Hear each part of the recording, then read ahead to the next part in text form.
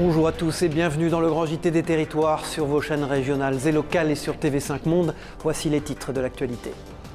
Conséquence directe du renforcement des mesures contre la Covid, l'école était perturbée cette semaine.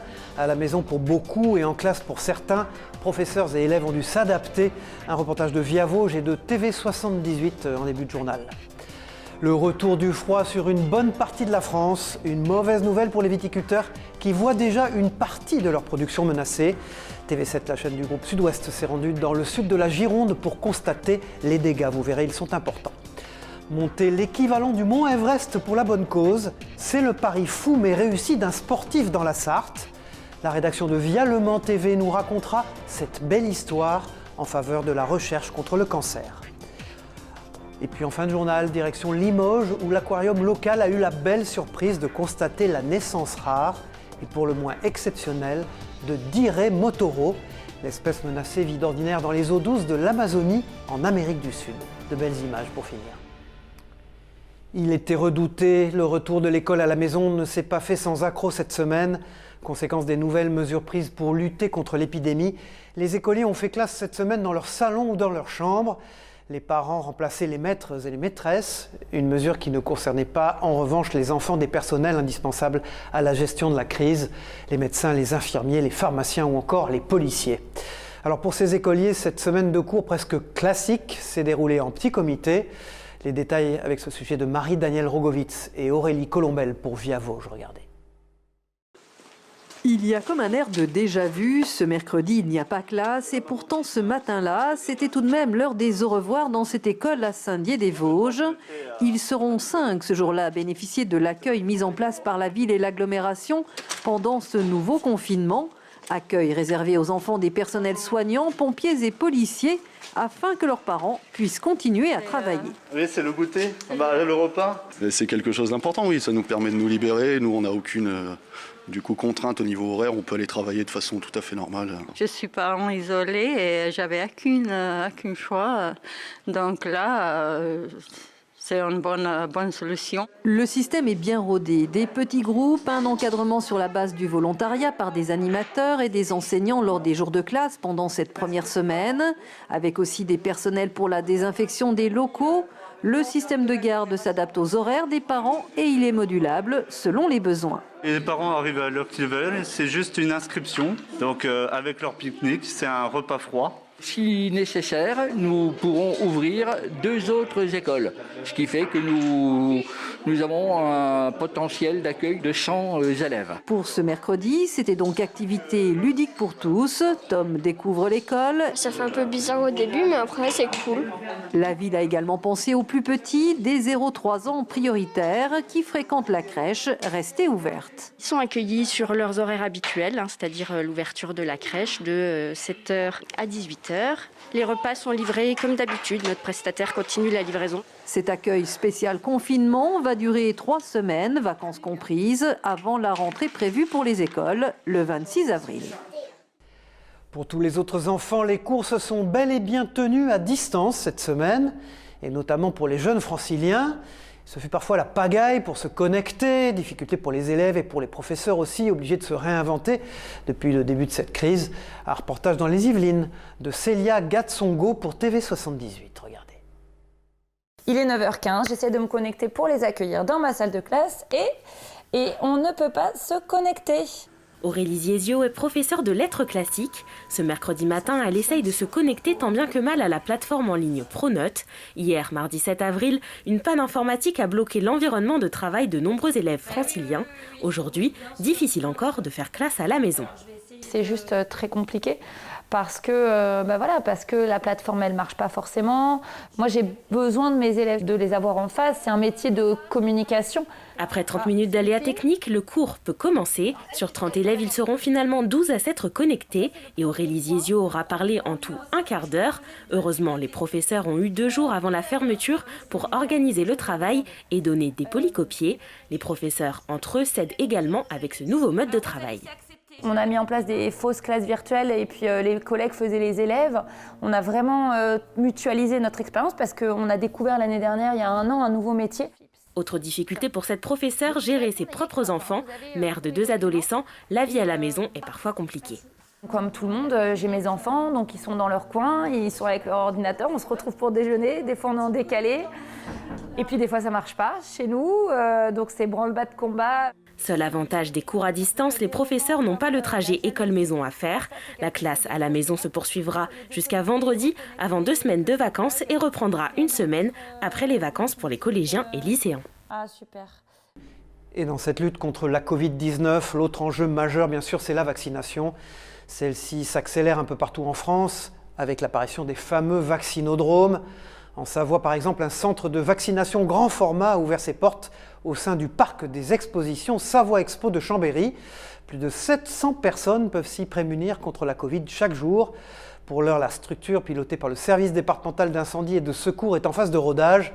Un reportage d'Emmanuel Jo pour la rédaction de 8 Mont-Blanc sur place. La campagne de vaccination s'organise en Savoie.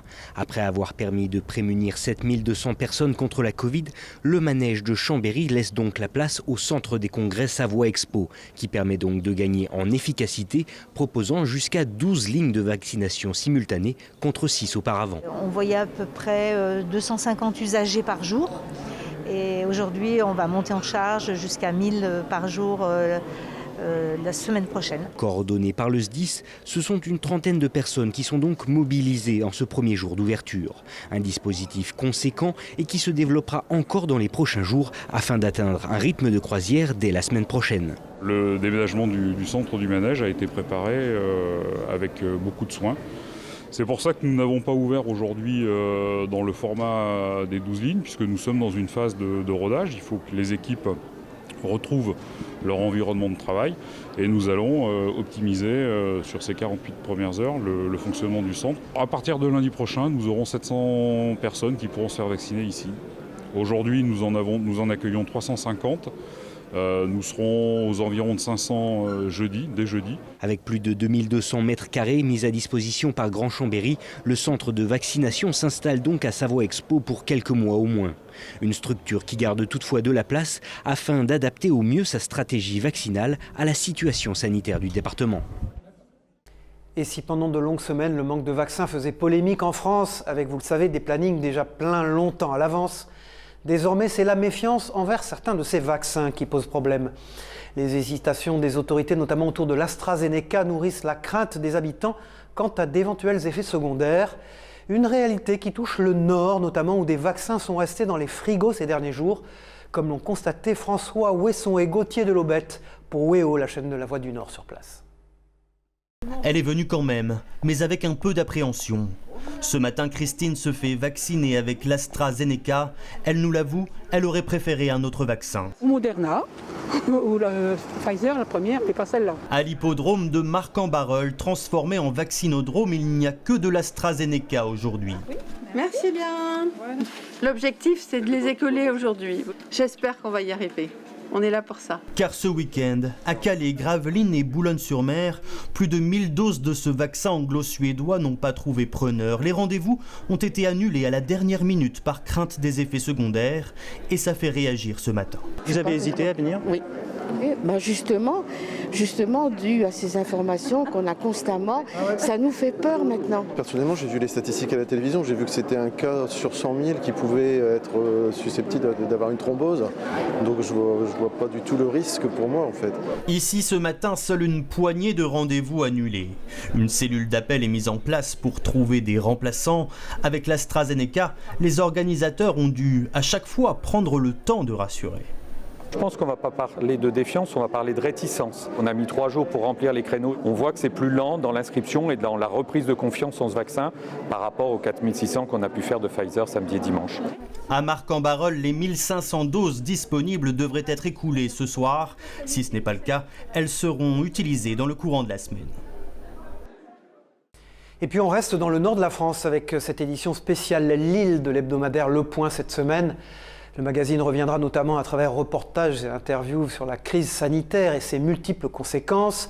Vous découvrirez la tendance Dark Kitchens, ces restaurants virtuels qui explosent en ce moment. Et puis à lire aussi le portrait d'un écrivain qui cartonne et qui partage son temps entre son épicerie et sa passion pour l'écriture. Enfin, l'hebdomadaire d'information vous dira tout sur la situation immobilière de Lille et de ses alentours. L'hebdomadaire Le Point, cette semaine spéciale Lille en kiosque. Dans le reste de l'actualité cette semaine, comme prévu, le gel a bel et bien frappé le vignoble bordelais. Les températures ont même atteint moins 6 degrés par endroit dans la nuit de mardi à mercredi. Les vignerons ont tenté de limiter l'impact de ce froid polaire en brûlant notamment des ballots de paille. Malgré ces bonnes intentions, la végétation a été largement impactée. L'ensemble du vignoble bordelais a été touché, notamment dans le sud de la Gironde, les Graves. Images et propos récoltés par Franck Poirot pour TV7, la chaîne du groupe Sud-Ouest. On se rend compte que les feuilles aujourd'hui des vignes sont flétries, elles sont en train vraiment de donner une impression de brûler. Donc oui, ça veut dire qu'il y a eu un impact, ça veut dire que la plante a été touchée.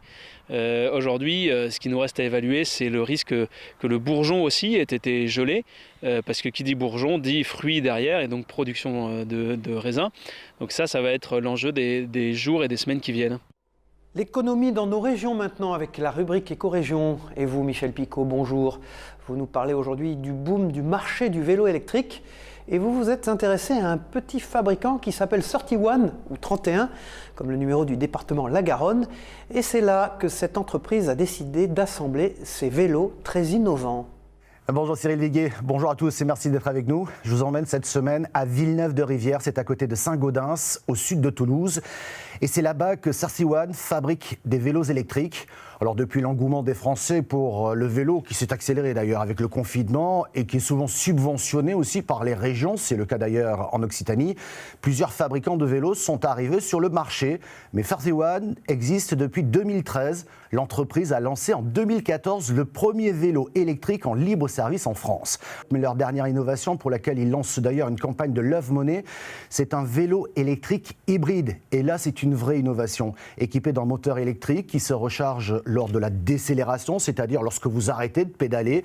En tout cas, cette recharge permet une autonomie de votre moteur électrique de 100 km. Vous pourrez aussi le recharger sur secteur, bien entendu. Avec son système de changement de vitesse, sans dérailleur, vous êtes certain de ne jamais dérailler. C'est aussi une nouveauté. L'entreprise pense tripler ses ventes en 2021, d'où cette campagne permettant d'investir dans les outils de production. Le principe est simple, l'épargnant, vous et moi, bien vous prêtez à l'entreprise, ticket d'entrée 1 000 € et vous êtes remboursé un petit peu chaque mois pendant 5 ans. Et on parle d'un remboursement avec un taux d'intérêt de 8% tout de même. L'entreprise espère ainsi lever 200 000 €. Ce mode de financement est aussi une innovation dans ce domaine. Reste le prix du vélo, 2 659 €, mais on peut le louer 75 € par mois, soit 2,50 € par jour. Merci Michel Picot pour cette rubrique Éco-Région. On se retrouve dans un prochain Grand JT des territoires. Une autre entreprise à l'honneur maintenant sur un tout autre segment. Le marché de la culotte menstruelle est en plein développement depuis quelques années. Dans le Morbihan, un couple s'est lancé sur ce marché il y a 1 an. La Minette, c'est son nom, est fabriquée en France avec des tissus bio. Reportage de Karine Chevrolier pour TB Sud en Bretagne. Regardez.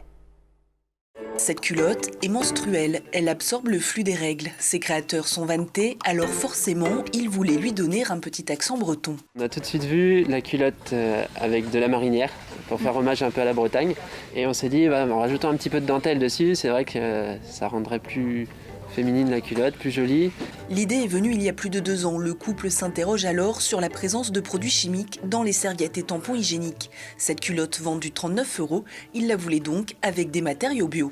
Le but, c'était pas de créer une culotte avec des produits chimiques, puisqu'on remplace justement un produit qui était chimique avec les tampons et serviettes. Donc voilà, c'était très important pour nous d'avoir des tissus qui soient labellisés, qui répondent à des cahiers des charges assez stricts. 14 mois ont été nécessaires pour mettre au point cette culotte fabriquée en France et vendue 39 €.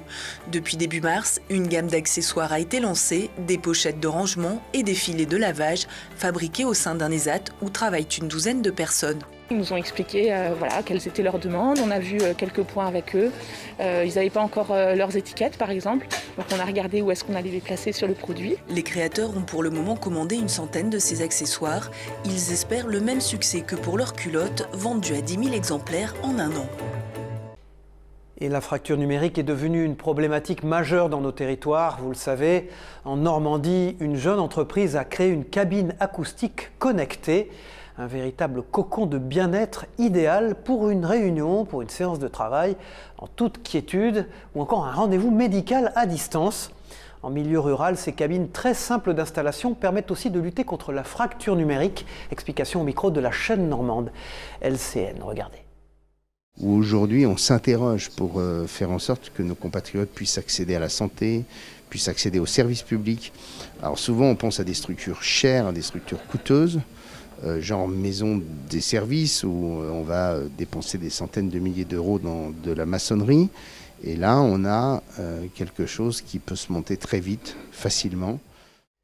Voilà, tout à fait autre chose dans l'actualité maintenant. Tout est parti de Seine-Saint-Denis, l'un des départements de l'Île-de-France les plus touchés par les violences conjugales. En novembre dernier, suite à la journée de lutte contre la violence faite aux femmes, la maire de Noisy-le-Sec a fait imprimer des sachets à pain afin de relayer l'une des actions du collectif féministe Nous Toutes. Des sachets sur lesquels figurent des numéros d'appel afin d'alerter les autorités en cas de violence, ainsi qu'un violentomètre, vous allez le voir. Une initiative qui s'est aussi développée dans l'Hérault, un sujet de Christophe Chez pour Via Occitanie. En 2019, l'Occitanie a été la deuxième région la plus touchée par les violences conjugales après l'Île-de-France. Sur 18 victimes, 7 sont héroltaises avec le décès de 6 femmes et un homme, soit une augmentation de 50% à l'espace d'un an. Un fléau qui a convaincu Karima de s'engager au sein du collectif féministe Nous Toutes 34. Il y a quelques années, j'ai été victime de violences conjugales. C'est quelque chose qui me tenait vraiment à cœur pour pouvoir aider ma prochaine, c'est-à-dire la prochaine femme, les prochaines femmes qui sont victimes de cette violence. Militante associative très impliquée à Boutonnet, Karima livre ce matin pour la première fois 250 sachets à pain dans une des boulangeries du quartier. Sur le sac, un violentomètre propose une gradation du vert au rouge avec 24 situations. Sur l'autre face figurent des numéros d'appel pour alerter les autorités. Une initiative qui a convaincu un nombre croissant de boulangers. Nous, on a dit oui de suite parce que bon, il y a déjà, si on peut faire un geste par rapport à ce qui se passe en ce moment, on entend beaucoup parler avec les confinements, qu'il y a beaucoup de violence. Si ça peut permettre que quelqu'un voit ça et se dise ah ben non, il y a quelque chose qui est pas normal. En plus, bon, dans le quartier, ça échange, ça parle beaucoup, donc ça fera son chemin assez rapidement. Lancé le 25 novembre dernier depuis Noisy-le-Sec, cette opération nationale est portée par près de 3500 volontaires sur un produit du quotidien. Les boulangeries, c'est l'un des derniers lieux, l'un des derniers commerces qui sont encore ouverts. On va tous chercher notre baguette, même en contexte de coronavirus. Et donc la baguette de pain, elle peut devenir un support de prévention des violences très efficace. Au total, 615 000 emballages ont été distribués dans toute la France grâce à une levée de fonds estimée à 33 000 €. Une bonne action à présent dans ce grand JT des territoires. Joris Jacquard est un sportif au grand cœur. Le 27 mars dernier, il a grimpé l'Everest au Mans. Oui, c'est possible. Un défi sportif et solidaire pour la recherche contre le cancer, réalisé sur les escaliers de la cité Plantagenet dans le centre historique du Mans. Un reportage d'Anthony Piton pour Via Le Mans TV. Regardez.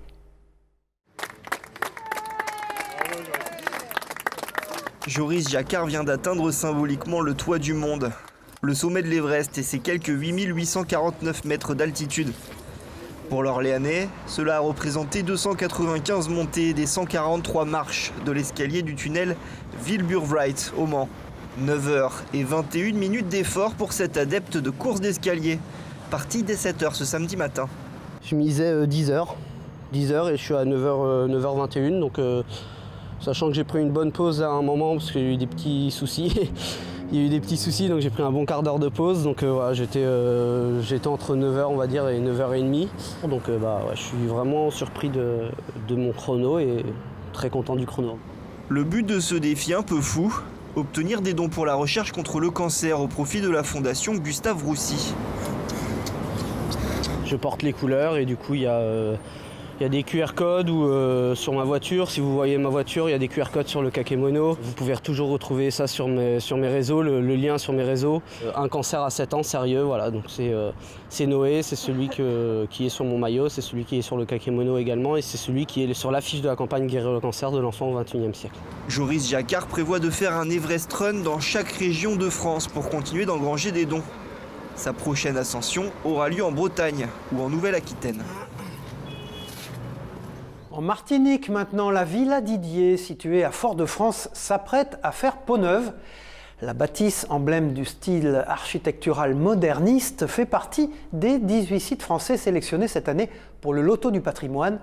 Ce concours, pour la 4e année consécutive, permet de restaurer et de sauver les monuments du patrimoine. Une véritable récompense de travail de valorisation menée par le couple qui a acquis l'édifice en 2017. Déborah Ambroisine les a rencontrés pour la chaîne locale via ATV Martinique. Regardez. C'est l'histoire d'un coup de cœur. Pour une villa construite en 1935, son architecture moderniste en béton armé, ses courbes, son carrelage nous plonge dans une autre époque. Tout cela a définitivement charmé les propriétaires de la Villa Didier. C'est une architecture qui n'a rien à voir avec ce qui se faisait auparavant. Ça a été vraiment une rupture avec l'architecture coloniale. Et instantanément, dès que nous l'avons visité, nous sommes tombés complètement sous le charme de cette bâtisse des années 30. Et le soir même, nous avons fait une proposition pour l'acquérir et donc la rénover. Mais ici, les traces du passé sont plus que visibles. Infiltration d'eau, chute de béton, les rénovations sont nombreuses et le coût important. Depuis 4 ans, les propriétaires multiplient les études afin de rénover ce monument historique, alors être retenu parmi les 18 sites emblématiques de la Mission Berne 2021 est une aide supplémentaire. Nous avions déjà obtenu des financements bancaires, la DAC nous soutient dans ce projet. C'est le projet d'une vie, un monument comme celui-ci implique un investissement continuel, permanent, pendant de nombreuses années. Donc la mission Berne, c'est un coup de pouce, ce sera certainement un accélérateur. Le montant qui leur sera attribué dépendra de la somme récoltée grâce au jeu du patrimoine. Il y aura une convention qui va être signée avec les propriétaires, entre la Fondation du patrimoine et les propriétaires. Et donc, la somme qui leur sera attribuée leur sera délivrée à la suite de ça. Il faut quand même qu'ils lancent de leur côté les travaux. Le chemin est encore long avant que ce monument ne soit totalement remis en état. La rénovation de ce bien est un vrai challenge pour cette famille, dont la volonté première est de préserver le patrimoine martiniquais. À l'occasion des Journées européennes des métiers d'art, maintenant qui se tiennent jusqu'au 11 avril, nos confrères corses de Via Télépaésé ont décidé de mettre en avant les artisans d'art balanins. Parmi eux, Virginie Torelli est une artiste passionnée et très intriguée par le verre et sa transparence, vous allez le voir. Installée depuis peu à Calvi, elle cumule plus de 15 ans d'expérience. Témoignage au micro d'Alban Gingembre pour Via Télépaésé, regardez. J'ai plusieurs façons de me fournir. D'abord, je vais travailler avec du verre artistique teinté dans la masse. Après, je travaille aussi avec du verre à vitre, et avec lequel je fais quand même beaucoup de choses. Et la dernière façon de me fournir, c'est les poubelles ou les restaurateurs. Je fabrique des bijoux, mais pas seulement. Je fabrique tout ce qui est art de la table. Ça peut être aussi des petits porte-photos, des sculptures. Et sur l'île de Beauté toujours, des passionnés tentent de ressusciter un patrimoine en péril lié à la semaine sainte de Pâques, les sépulcres. Ces reposoirs à l'allure de théâtre sont apparus au XVIIIe siècle dans le bassin nord méditerranéen. Ils étaient utilisés autrefois par les fidèles qui pouvaient alors s'y recueillir. Aujourd'hui, ils sont à peu près restés en bon état. Précision recueillie par Nicolas Wallon de la rédaction de Corse Matin. Écoutez. Le mercredi soir, les gens venaient ici et ils faisaient une veillée en apportant chacun une lampe à huile. Et le reste de l'église était dans l'obscurité. Donc c'est une mise en scène éclairée uniquement par les bougies. C'est très impressionnant ça. Et les gens arrivaient très souvent à genoux. Carnet rose et bonne nouvelle maintenant pour terminer cette édition du Grand JT des Territoires. À l'aquarium de Limoges, les bassins accueillent depuis cette semaine Dibébéré motoro. Cet animal d'eau douce vit d'ordinaire dans le fleuve Amazone. L'espèce est aujourd'hui menacée dans son milieu naturel et ses naissances sont bien évidemment une très bonne nouvelle pour la biodiversité. Elles mettent un peu d'animation aussi dans un aquarium à l'arrêt du fait de la crise sanitaire. Un sujet de Benjamin Delmas pour 7 à Limoges en Nouvelle-Aquitaine. Le monde du silence n'aura jamais aussi bien porté son nom. Du jamais vu dans la vie de l'aquarium de Limoges, ouvert depuis 1993. Derrière la grille, la vie suit son cours pour les 2500 animaux de l'établissement.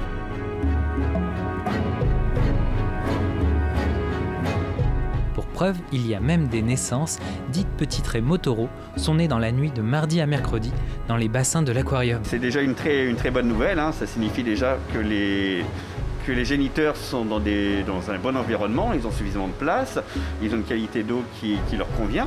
C'est surtout très important pour la sauvegarde de cette espèce qui, pour certaines raies, sont menacées dans leur milieu d'origine. Les raies motoreaux vivent normalement en eau douce à 28 degrés dans le fleuve Amazone. Mais la déforestation et les feux des dernières années dans le secteur ont eu un impact sur leur milieu naturel. Elles sont aujourd'hui menacées. Alors c'est une raie d'eau douce. Donc rien à voir avec des raies d'eau de mer, une raie d'eau douce qui est ovovivipare. Ça signifie qu'elle incube ses œufs directement dans son corps. Elle ne pond pas les œufs, elle ne les couvre pas. Ce qu'on va faire là, c'est qu'on va les prendre une par une. Une par une, on va déjà les prendre en photo par-dessus pour pouvoir les reconnaître. Voilà, pour leur permettre de leur donner des petits prénoms également. Si l'établissement reste fermé aux visiteurs, pour le personnel de l'aquarium, l'activité continue. Même si l'aquarium est fermé, nos poissons et nos tortues continuent de vivre du coup. Donc on est quand même là tous les jours pour continuer l'entretien, le nourrissage, continuer la vie de l'aquarium. Une autre maman motoreau va mettre au monde d'autres petits dans les prochains jours. D'ici là, les occupants du 5e site le plus visité de Haute-Vienne attendent le retour des visiteurs à la fin du confinement. Voilà, c'est la fin de ce grand JT des territoires sur vos chaînes locales et régionales et sur TV5 Monde. Merci de nous avoir tous suivis, merci de votre fidélité et à très vite, au revoir.